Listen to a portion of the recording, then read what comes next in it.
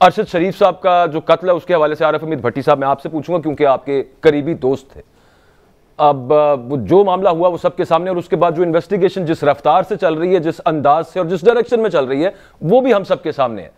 ये साल आप कैसा समझते हैं सहाफत के लिए, सहाफियों के लिए कैसा रहा, और क्या 2023 के अंदर कोई उम्मीद है आपको कि अरशद शरीफ साहब को इंसाफ मिल जाएगा? बिस्मिल्लाहिर्रहमानिर्रहीम। खावर कुमन सब छोटे भाई हैं, मेरा और अरशद से इनका बहुत तल्लक था, शायद मैं तो कम हूँ, पर मेरी पूरी जिंदगी की सहाफत का बदतरीन, गलाजत भरा, गलीज तरीन, जालमाना, इससे ज़्यादा 2022 पे जुल्म सहाफत पे मैंने कदगन नहीं देखा था।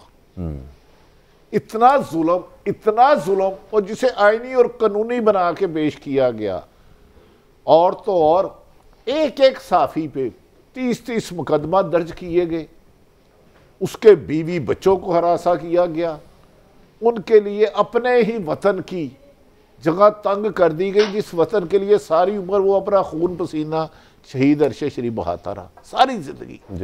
उसने हर पाकिस्तान में हर बंदे की जंग लड़ी, लेकिन अफसोस मैं तस्लीम करता हूँ मैं उसकी जंग नहीं लड़ सका। मैं उस शहीद का मकरूज हूँ।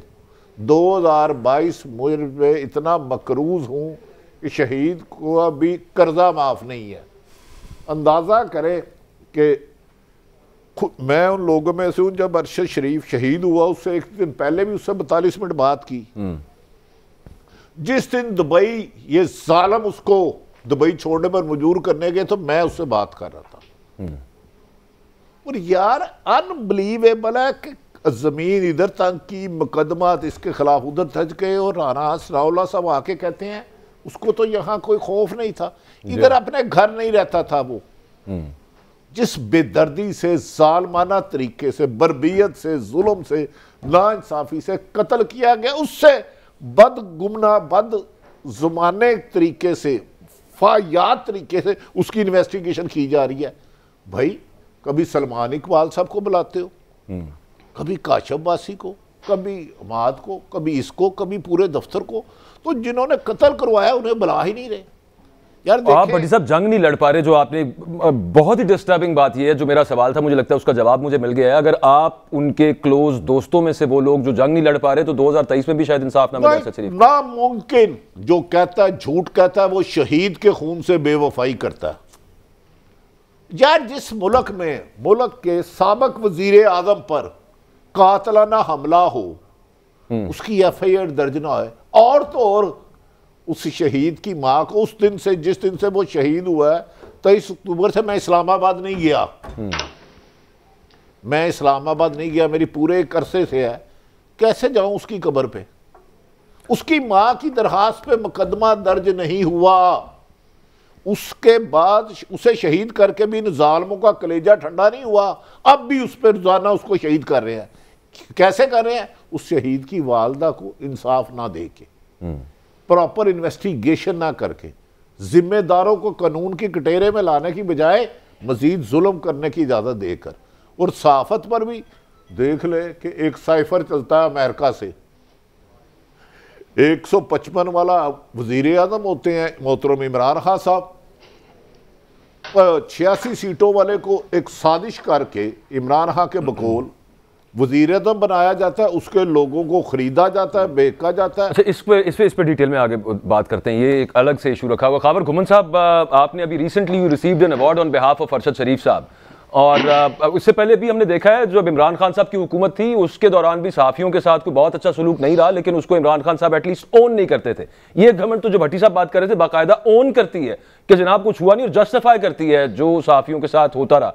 आप किस तरह से देखते हैं जो 2022, ये तो खैर पूछने की क्या ही बात है, सबको पता ही है कि सहाफत के लिए कैसा रहा, सहाफियों के लिए कैसा रहा। Do you also think the same कि Arshad Sharif won't get justice even in 2023? आपकी आवाज थोड़ी डिस्टर्ब कर रही है, लाइन के अंदर डिस्टर्बेंस हो रही है। अगर आपको मेरी आवाज ठीक आ रही है तो मैं कंटिन्यू करता हूं। जी, आपकी आवाज समझ गया हूं जी। देखें, आज जो है ना 31 दिसंबर, मैं साल हर साल से या इस्लामाबाद के अंदर मौजूद हैं, मैंने जर्नलिज्म शुरू की तो अरशद शरीफ के साथ ही की, और उसके बाद फिर ओवर द 2 डेकेड्स एक ताल्लुक वास्ता रहा। मैंने अभी थोड़ी देर पहले ट्वीट भी किया कि आज के दिन जो है ना, हमारी जब जो टेलीफोन पे बात होती तो यही एक मौजूद ज़ेर बहस होता है कि जी रात को कहाँ बैठना है, बैठ के गप मारेंगे। तो 8-10 दोस्त जो हैं इस्लामाबाद के अंदर, मैं, अरशद, रऊफ क्लासरा और चांद एक और हमारे जो नॉन मीडिया इंडस्ट्री है वहाँ से उनका ताल्लुक है, तो बैठे रात को गपशप मारते, नए साल को खुश आमदीद कहते। तो आज जब ये सुबह हुई तो मैं वही था यार, आज करना क्या है। फिर ऑफिस आया, ऑफिस से फिर गाड़ी पकड़ी, एक आध दोस्त को लेके फिर अरशद से मिलने चले गए, कब्रिस्तान चले गए। तो वो ये जो देखिए, कम से कम मैं जो देख रहा हूं कि जो अरशद के जाने से कम से कम हमारे वो हम जो लोग हैं जिनका अरशद के साथ ताल्लुक वास्ता था, हमें तो ऐसा लगता है जैसे कि जो है अब जिंदगी गुजारनी है, जाहिर है जो आपकी जिम्मेदारी है उनको निभाना है, लेकिन आपका जो होता है ना कि जिंदगी खत्म हो जाती है, आपके अंदर से वो जो जीने की ख्वाहिश होती है ना, जो अर्ज होती है, वो यकीन करे खत्म। मुझे तो ऐसे लगता है कि बस अब दिन गुजारने हैं। अब बात ये सवाल उठाया जा रहा है कि क्या अरशद शरीफ के कातिल किसी दिन जो है बेनकाब होंगे, वो लोग जो है जो भयानक किरदार हैं उनके जो चेहरे हैं, जो बदनुमा चेहरे हैं, क्या अब लोगों के सामने आएंगे।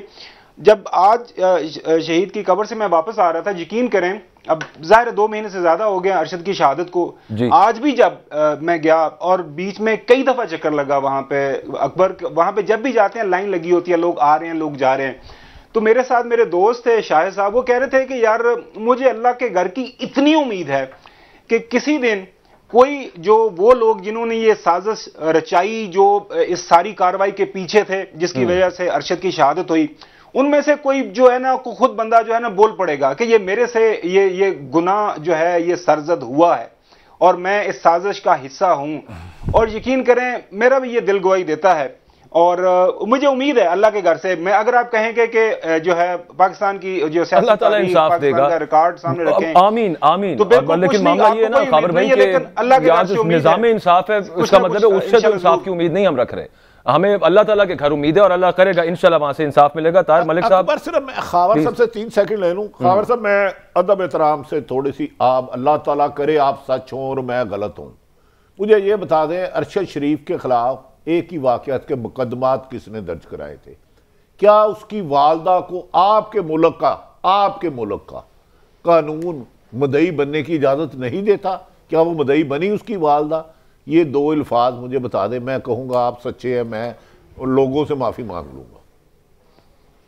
बड़ी साहब, आप बात कर रहे हैं एक नॉर्मल मुल्क की, आप बात कर रहे हैं कोई ऐसा मुल्क जिसके अंदर कोई आईन कोई कानून हो, आप ऐसे मुल्क की बात कर रहे हैं जिसके अंदर जो है उसके इदारों का एहतराम हो, पार्लियामान का एहतराम हो। अभी आपने सारे अपने इब्तिदाइये के अंदर जो आपने जो अभी बात की है, जिस मुल्क की पार्लियामान इस वक्त जो बगैर पार्लियामेंटेरियंस के चल रही हो, बाकी छोड़ें, ये पिछले 24 घंटे के दौरान जो इस मुल्क के अंदर एक जो भयानक मजाक हुआ है कि एक हाईएस्ट कोर्ट जो है वो ऑर्डर करती है कि इलेक्शंस होंगे, हुकूमत कहती है कि हम नहीं इलेक्शन करवा सकते, और इलेक्शन कमीशन जिसका काम है कि हर वक्त तैयार रहना, और काफी अरसे से हमें पता है कि 31 दिसंबर को इलेक्शन होना है और उसके बाद फिर पता चलता है इलेक्शन नहीं होना है। आज आप सोच सकते हैं, फिर हम कहते हैं कि दुनिया हमें पाकिस्तान को संजीदा नहीं ले रही, दुनिया हमारे खिलाफ ये बात कर रही है। ओ भैया, आज इस्लामाबाद के अंदर मेरे ख्याल में जो जमहूरियत रियासत आप जो भी कह लें, तो वो तो सांसें खत्म हो गई, लोग पोलिंग स्टेशन के बाहर लाइन लगा के खड़े थे। This is not a normal country, मैं actually I have to intervene क्योंकि एजेंडा आज ना थोड़ा सा लंबा है, लोग थे और ये जमहूरियत है, but we have gotten the point. Tahir Malik साहब, सहाफियों के लिए और हक लिखने के लिए, हक बताने, सच बताने के लिए साल बदलेगा या कुछ हालात भी बदलेंगे हमारे? देखिए, पहले तो मैं ये चीज़ समझनी बड़ी ज़रूरी है व्यूअर्स के लिए कि सहाफ़ी कोई अल्लाह की ख़ास मखलूक नहीं, मैं यहाँ बैठा आम आदमी का नुमाइंदा हूँ। सहाफ़त जो है वो है वॉइस ऑफ दी ओप्रेस्ड, कमज़ोर की आवाज़ है। क्योंकि जब इंसान ने देखा कि रियासत के जो इदारे हैं, फ़ौज रियासत है, पुलिस रियासत है, अदालत रियासत है, अदालत की कल करो हाँ 6 महीने आपकी तौहीन अदालत है, फ़ौज की बात करो बगावत का मुकदमा है, सरकारी मुलाजमत में मुदाखलत करें वो आपको रोक सकता है। तो where is the common man? हम जितने भी लोग हैं, मैं मतलब अगर जो सही सहाफ़ी है वो मैं समझता हूँ, मैं उसको दिल से उसकी इज़्ज़त करता हूँ। ये बहुत बड़ा प्रोफेशन है, किसी कमज़ोर की आवाज़ बनना। अब सवाल ये जो आप दोनों से कर रहे हैं, मेरे ख्याल में 75 साल में पाकिस्तान की सियासी नाकामी की सबसे बड़ी जो सबूत है वो सहावत पे होने वाला जुल्म है। मेरे साथ जो बंदा बैठा है मैं गवाह हूँ क्योंकि मैंने भी मरना है। जिस दिन भट्टी मेरा दोस्त भी है और मेरा बॉस भी है, एक ही अल्फाज था जो एक सेहतमंद सहाफ़ी का, एक इस हमारी पॉलिसी होती है क्योंकि ही इज़ हेड, तो इन्होंने मुझे कहा कि यार ये हमारी पॉलिसी है, और आई एम शॉक्ड, मैं ज़िंदगी में वो दिन नहीं भूलूंगा, मुझे पता चला कि ये साहब पे पाबंदी लग गई है। मैं खुद विटनेस हूँ। तो कहने का मतलब है ये भट्टी का या गुम्मन का या ताहिर मलिक का मसला नहीं, ये चीज़ साबित हो गई है कि पाकिस्तान में आम आदमी के लिए कुछ भी नहीं है, उसकी आवाज़ नहीं है, वो स्टेट उसकी ताकत का सरचश्मा आवाम नहीं है, सिर्फ कागजी बातें रहेंगी। ये बताना बहुत ज़रूरी है। सजना है महफल असद तेरे लिए सजाई, ये मैं टैक्स पेयर हूँ, ये आम आदमी का पाकिस्तान है, ये पुलिस मेरी है, ये इदारे मेरे हैं। अब मुझे ये पता चल गया 75 साल के बाद, नहीं काका तुम किसी पे बात नहीं कर सके, करोगे तो तुम्हारा वही हाल होगा जो हमने अर्शद शरीफ का किया।